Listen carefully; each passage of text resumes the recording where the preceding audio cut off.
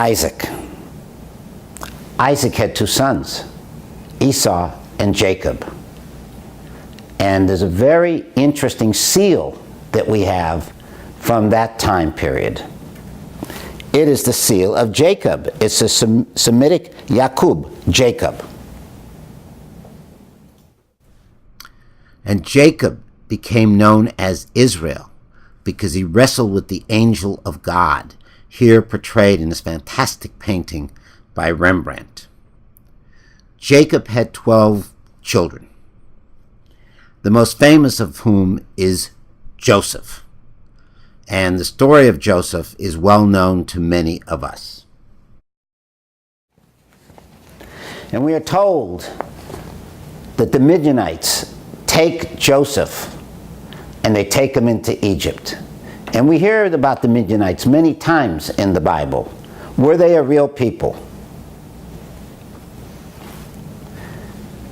And this is a wonderful portrayal, again by Rembrandt, of Joseph. And here is the Midianite shrine in the Negev that was on the land between Judea and Egypt. In Egypt, Joseph becomes a slave in the house of Potiphar. And Potiphar's wife tries to seduce Joseph, and Joseph resists. But she makes up a story that Joseph actually tried to seduce her, and she accuses Joseph to her husband. And Potiphar throws Joseph into the jail of the Pharaoh, where he meets the vintner and the bread maker of the Pharaoh, and he predicts their future. Time passes, and the vintner is back in the house of the Pharaoh. And the Pharaoh has a dream about 7 lean cows devouring 7 fat cows. And no one can interpret that dream. And then the vintner says, "But there is a man who did it for me, and his name is Joseph, and he's in your prison." And Joseph is brought from the prison, and he interprets the dream as follows. Then Joseph said to the Pharaoh, 7 years of abundance will be followed by 7 years of famine in the land. And the Pharaoh makes Joseph an official in his kingdom, and Joseph is in charge of preparing for the famine. So Joseph stored up grain for 7 years. And here, in a model that was found in a tomb in Egypt, we show a granary being filled by Egyptians.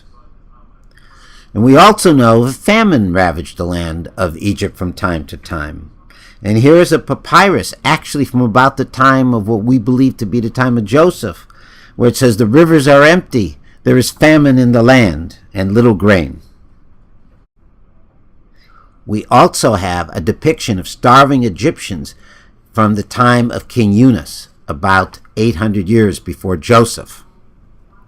In chapter 50, verse 13, Jacob dies, and Joseph carries him back to Hebron to be buried in the cave of Machpelah, where Abraham, Sarah, and Isaac are already buried, the place that Abraham had actually purchased for the burial of his wife Sarah.